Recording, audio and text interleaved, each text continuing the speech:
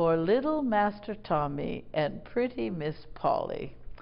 The Little Pretty Pocketbook, written by Jack the Giant Killer.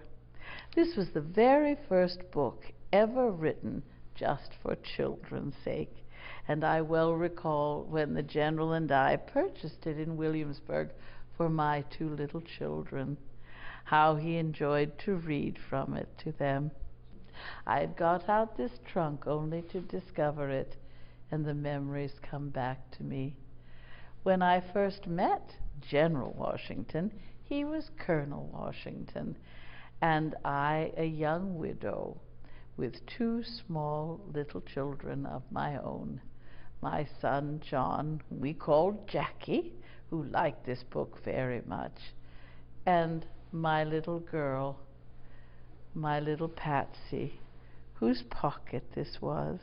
I remember when she wore it, and how she loved it when the General, who was the kindest stepfather, purchased her this little doll. From the very beginning, my two dear little children called him their dearest papa, and when he brought us to Mount Vernon that first week of April of 1759, my little children and I both knew we had found our home. We were a happy little family indeed in those days. And indeed, I have been around children all of my life, being the eldest of 8. Many nieces and nephews came to stay with us here as well. A baby cap! This would do so well for the newest baby who has arrived in the family. I was happy to raise my two grandchildren when after the war that became necessary, and I well remember thinking they were much like my own two children were when we were first married. Little Nellie, who was 10 years of age, and her little brother, George Washington Parke Custis, whom we called always Washy, were very young when their grandfather was made the president.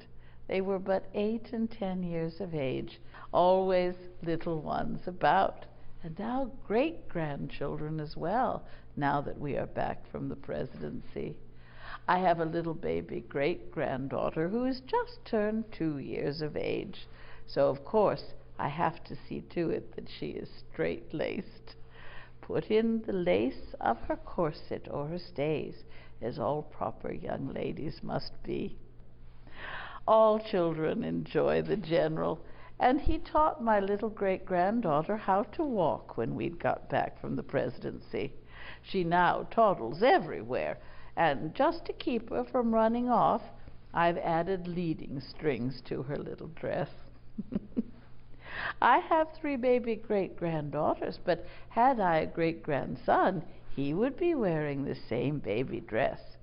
Little boys are dressed and indeed treated just as their little sisters until they are 6 years of age, the age of infancy considered to be from birth until that great marker.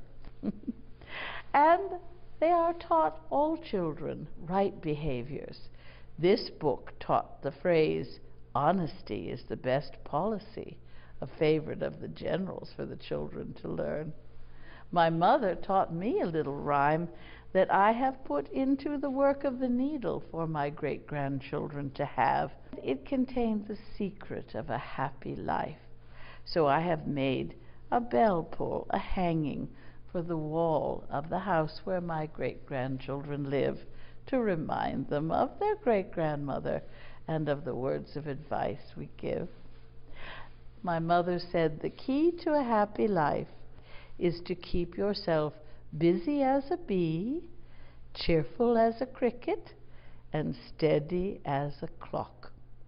Very good advice indeed, and advice I have kept all of my long life's existence. I do hope that my great-grandchildren will follow it, and that I can be of good use in teaching them, as I have the others over all this year's time.